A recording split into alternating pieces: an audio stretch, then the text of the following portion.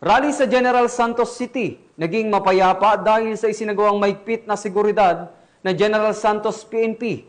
Ang balita mula kay Patrolman Nerwin Medelin.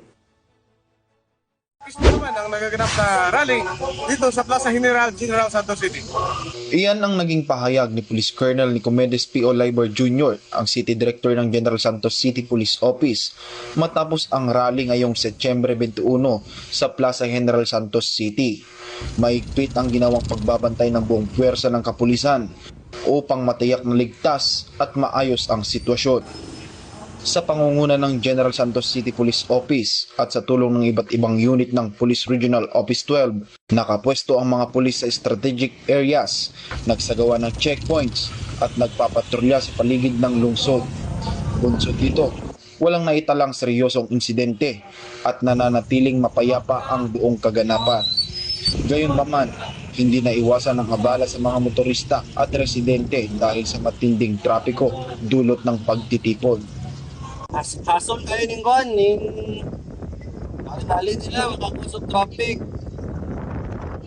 Nalangay na inunta sa atong mga kuhan, sa atong mga transaksyon. Nagpagulay mga inani.